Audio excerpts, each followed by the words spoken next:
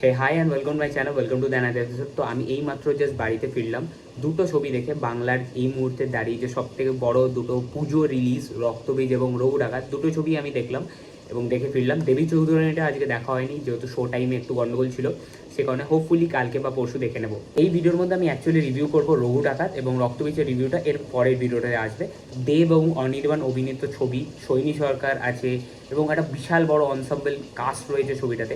তো ছবিটা অ্যাকচুয়ালিতে কেমন হলো, কেউ কেউ বলছে বাংলার বাহুবলী হয়েছে, কেউ কেউ আবার ডিসঅ্যাপয়েন্টেড হয়েছে। তো আমার কেমন লেগেছে এবং অনেস্ট ওপিনিয়ন তোমাদের সাথে শেয়ার করব, যাতে তোমরা হলে গিয়ে কোথাও গিয়ে ডিসঅ্যাপয়েন্টেড ফিল না করো যদি ছবিটা তোমরা দেখতে যাও। ছবির যদি গল্পটা আমি একটু করে বলে দিই, এই রঘু ডাকাতের বড় ছোটোর থেকে বড় হয়ে ওঠার গল্প। এর বাবা কী ছিলেন, কেন এর রঘু ডাকাত হয়েছে, এর অ্যাকচুয়ালি পারপাসটা কী, এ মানুষের জন্য কী কাজ করছে এবং এ কাদের বিরুদ্ধে লড়ছে এবং যাদের বিরুদ্ধে লড়ছে তারা মানুষকে কতটা জ্বালা যন্ত্রণার মধ্যে রেখেছে, এই পুরো জিনিসটা নিয়ে এই ছবির গল্প। এর থেকে বেশি যদি কিছু জানতে হয় তো তোমাদেরকে নিকটবর্তী সিনেমা হল যেতে হবে এবং সেখানে গিয়ে এই ছবিটা দেখতে হবে। এবার এই ছবির মধ্যে যদি আমি পজিটিভ দিক নেগেটিভ দিক বলি, তো প্রথমে এই পজিটিভটাই আমার কাছে অনেকটা রয়েছে ছবিটা। নেগেটিভ হালকা হয়তো 2-3টে পয়েন্ট পাবো এবং সেটা আমি লাস্টে বলছি। প্রথমে পজিটিভগুলো বলে দিই। দেব এবং Anirban Bhattacharya outstanding through out the film. দেব নিজের ক্যারেক্টারটাকে, রঘু ডাকাতের ক্যারেক্টারটাকে সিরিয়াসলি দারুণভাবে জাস্টিফাই করেছে। এখানে আমার পারফরমেন্স, যে কজন অভিনেতা অভিনেত্রী এখানে ছবির মধ্যে আছে, প্রত্যেকের পারফরমেন্স নিজের নিজের জায়গাতে অসাধারণ।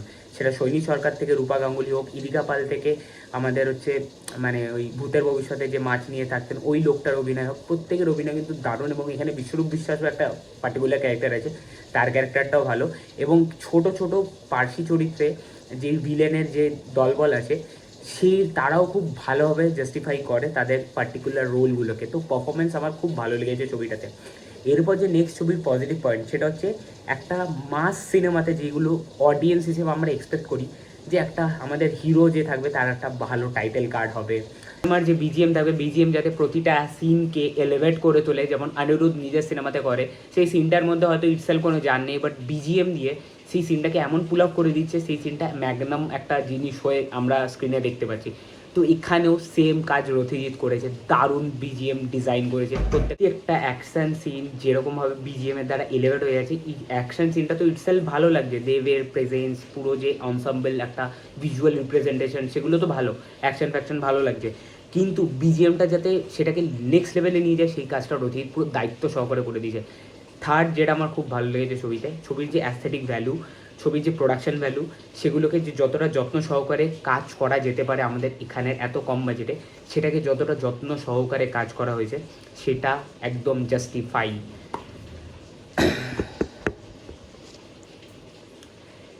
এবং আরেকটা যেটা আমার খুব ভালো একটা পয়েন্ট লেগেছে, যে আননেসেসারি গান দিয়ে সিনেমার স্ক্রিন প্লে ব্লক করা হয়নি। হ্যাঁ, একটা গান অনেকে লাগতে পারে, ঝিলমিল লাগে রে গানটা হঠাৎ করে কেমন জানি চলে এলো, বাট সেটা একটা ইমাজিনেশনকে সেট করেছে। আগের সিনটা ওরমভাবে সেট করেছে, দেবকে সে স্নান করতে দেখছে, তো এরকম ধরনের একটা সিন দিয়ে গানটাকে রাখা হয়েছে। তো সেটা কোথাও গিয়ে ভালো, মানে সে গানগুলো কিন্তু ইটসেলফ স্ক্রিন প্লেটাকে মনে হচ্ছে এগিয়ে নিয়ে যাচ্ছে। ওই ঝিলমিল গানটা কিন্তু দেব আর ইদিকার প্রেমটাকেই কোথাও গিয়ে এগিয়ে নিয়ে যাচ্ছে, যেটা নিয়ে অনেকের একটা কমপ্লেন হচ্ছে যে তাদের প্রেমটা হয়তো ভালোভাবে জাস্টিফাই হয়নি। বাট সেই গানটার মধ্যে থেকে ওই জিনিসটাকে বিল্ড করে দিয়েছে, এস্টাবলিশ অলরেডি করে দিয়েছে। এবং যে প্রথমে যে গানটা আছে জয়মা কালী, সেই গানটাও মানে স্ক্রিন প্লের মধ্যেই থাকে।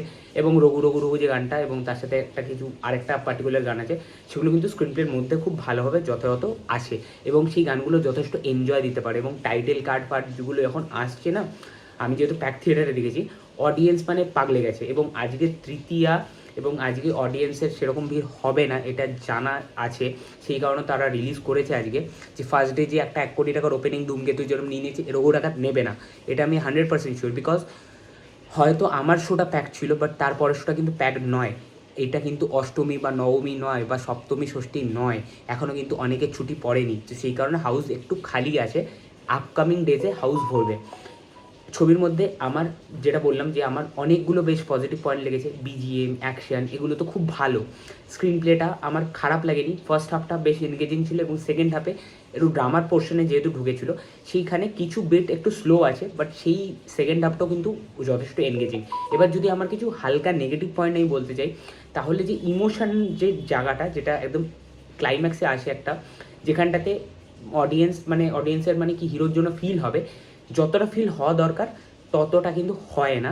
সেখানটাতে মনে হলো কি অনির্বাণের ক্যারেক্টারটাকে যতটা হাইপ দিয়ে উঠিয়েছে এবং তাকে যতটা রুথলেস দেখিয়েছে প্রথম থেকে, সেই ক্যারেক্টারটা কেমন জানি যেহেতু ইমোশনালটা অতটাভাবে বিল্ড আপ হয়নি, তো অনির্বাণের ক্যারেক্টারটা একটু ফ্ল্যাট হয়ে গেছে লাস্টের একদম ক্লাইম্যাক্সে গিয়ে। আদারওয়াইজ আমার এই ছবিটা বেশ ভালো লেগেছে। আর কিছু কিছু মাইনুট জায়গাতে অ্যাকশন সিনসে একটুখানি মানে সেই জায়গাটা হয়তো আরও বেটার হতে পারতো। মানে সেইখানে তুমি যদি চেঙ্গিজের অ্যাকশন দেখো, সরি চেঙ্গিজ বলছি কারণ রাবণের অ্যাকশন দেখো, সেই অ্যাকশনগুলো কিন্তু মানে বেটার ছিল। এখানে অ্যাকশনের পার্টটা কিছু জায়গায় ভালো, কিছু জায়গাতে আবার একটু খাটো হয়ে গেছে। So that's my honest opinion about Raghu ডাকাত। তোমাদের কেমন লেগেছে এবং কতক্ষণ দেখেছো সেটাও আমাকে জানিও, এবং তোমাদের কি মতামত ডেফিনেটলি কমেন্টে জানাও। টাটা।